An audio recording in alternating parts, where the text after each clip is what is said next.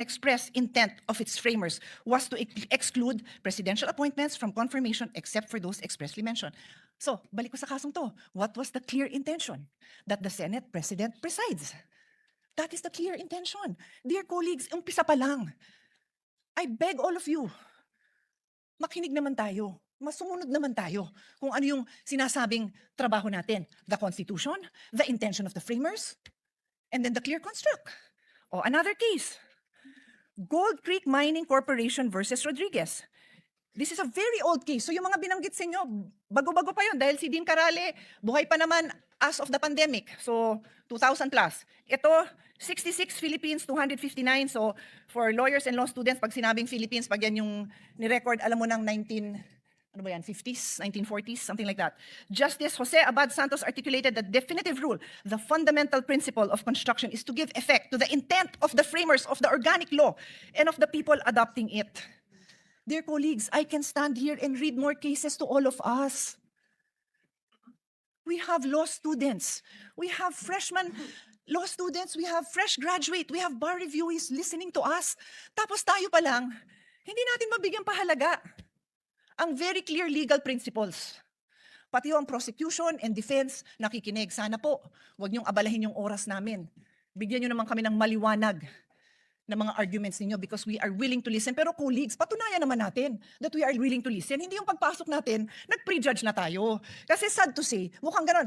I tell you, there will be times I probably will not vote with the minority because I believe tama yung sinasabi ng majority. Sana po, yun ang pakita natin sa taong bayan. So, hindi ko naabalahin yung time dahil kakaupo pa lang ng bagong presiding officer pero ang dami pang kaso that says, look at the intent of the framers of the Constitution. And today, we disregarded the intent of the framers of the Constitution. Magandang hapon po, gaya ng pag-uumpisa ng hearing na ito. We know the remarks of Senator P in connection with their explanation of vote. What is the pleasure of Senator Judge Soto? I'd like to explain my vote also, Mr. The President. gentleman may proceed and he has 2 minutes. I have Kindly one be line. mindful of the timer. I have one line to say. That's the reason I voted in favor. Because the minutes of the Constitutional Commission are merely research source. What is the pleasure of the Honorable Padilla?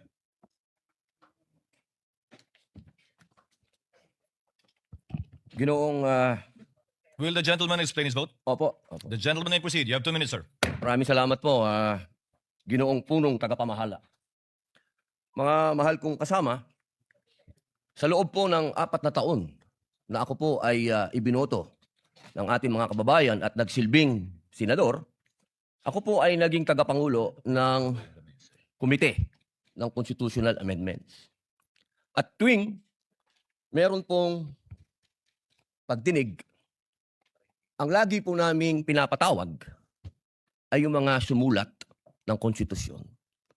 Bilang sila po ang nakakaalam kung ano ang puso, ang diwa ng konstitusyon.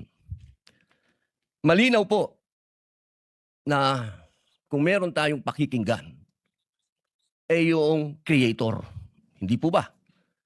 Tayo naman po lahat ay naniniwala sa Panginoong Diyos, kaya tayo po ay naniniwala sa salitang creator, tagapaglikha.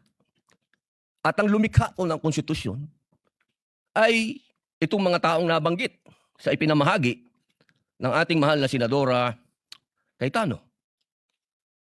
Malinaw po dito. Nasabi na po sa English ito. Mainam po ay sabihin po natin sa Tagalog upang mas maintindihan po ng ating mga kababayan. Humingi po ako ng tulong sa Google kasi legal terms po ito. Hindi naman po ako nagtapos sa UP, hindi rin po ako nagtapos sa Ateneo, nagtapos po ako ng criminology at UP rin sa University of Prison. Ang sabi po dito, sa Tagalog po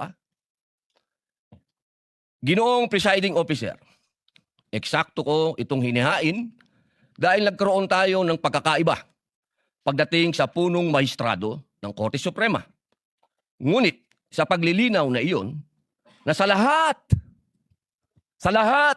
ng ibang mga kaso ay ang Pangulo ng Senado ang mamumuno.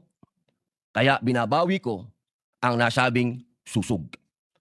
Ang nagsabi po nito ay ang dating Justice Justice Davide. Ngayon, mga mahal kong kasama, at sa ating po mga taga-subaybay, ang batas po ay precise. Hindi po ito pwedeng iba-ibahin o baluktutin. Kung ano ang sinabi lalo ng saligang batas, ay sana po ay panghawakan natin. Ngayon, sa loob po ng 4 na taong ko dito, lagi pong sinasabi yung tradisyon. Minsan, yung rules na yan, nawawala yan eh. Ilang beses na ho ako naguluhan dito dahil, teka, sundin natin yung tradisyon kaysa yung rules. 2 beses na po nagkaroon ng impeachment. Yung unang impeachment, ang nag-preside ay yung Chief Justice, yung kay Pangulong Estrada. Yung sumunod po, andito na po ako nun. Ang nag-preside ay ang mahal na Bicolanong kaibigan ko, Senador Chis Escudero. Yun po kasi yung nasasabi sa saligang batas at tradisyon. Yun na po yung nangyari. Ngayon, gusto ko pong tanungin yung mga kasama ko sa majority. Personal na tanong po ito. Nung hinihikayat po akong sumama sa majority, isa lang ang sinabi ko. Kung si Senator Chis Escudero, ang kababayan kong Bicolano, ang gagawin yung Senate President, lilipat ako sa inyo. Ang hindi ko maintindihan, bakit ngayon pinipilit natin ng ating presiding officer, si Chis Escudero. Ba't hindi natin siya ginawang Senate President nun? Yun lang po ang tanong ko. Maraming salamat. The remarks of the gentleman is noted. Senator Marcos, what is your pleasure, ma'am? The lady may do so. You have 2 minutes, ma'am. Kindly be mindful of the clock. Yes, thank you very much. Ang sabi sa atin ng bata tayo, kapag mali ang umpisa, mali na ang lahat na susunod. Ayoko naman magkamali sa umpisa pa lamang na napakahalagang paglilitis na ito. Unang-una, paulit-ulit na nating sinaad na ang ating saligang batas ay hindi maaring baluktutin. At napakaklaro nito. At ang sinasabi ng ating Constitution of 1987, Article 11, Section 3, Number 6, all other impeachable officers, ang sinasabi, carving out therefore the exception that proves that rule, that the Chief Justice is the single exception, and otherwise, the presiding officer should be the Senate President. It is the exception that proves the rule. Palibasa na uso ang Latin, may kabaliktaran din sa kinote ni Senator Soto, expressio unius est exclusio alterius. Palibhasa, hindi naman in-exempt, ibig sabihin na laging dapat ang Senate President ang presiding officer. Ikalawa, nakita naman natin ang mga debate, ang listahan ng mga sinabi at paliwanag nung dating Chief Justice natin, si Mr. Davide, nung panahon, nung convention. Contextual reading and the thorough debate do not allow for any interpretation whatsoever. And we should abide by that. Ikatlo, yung kaduda-dudang quorum nung June 3 na pinapaliwanag ng aming minority leader na hanggang ngayon nakatenga pa rin. Kung tutuusin, nung sinasabing na amyenda, yung Supreme Court petition ay pending pa, kaya hindi karapat-dapat na yon ang sundan.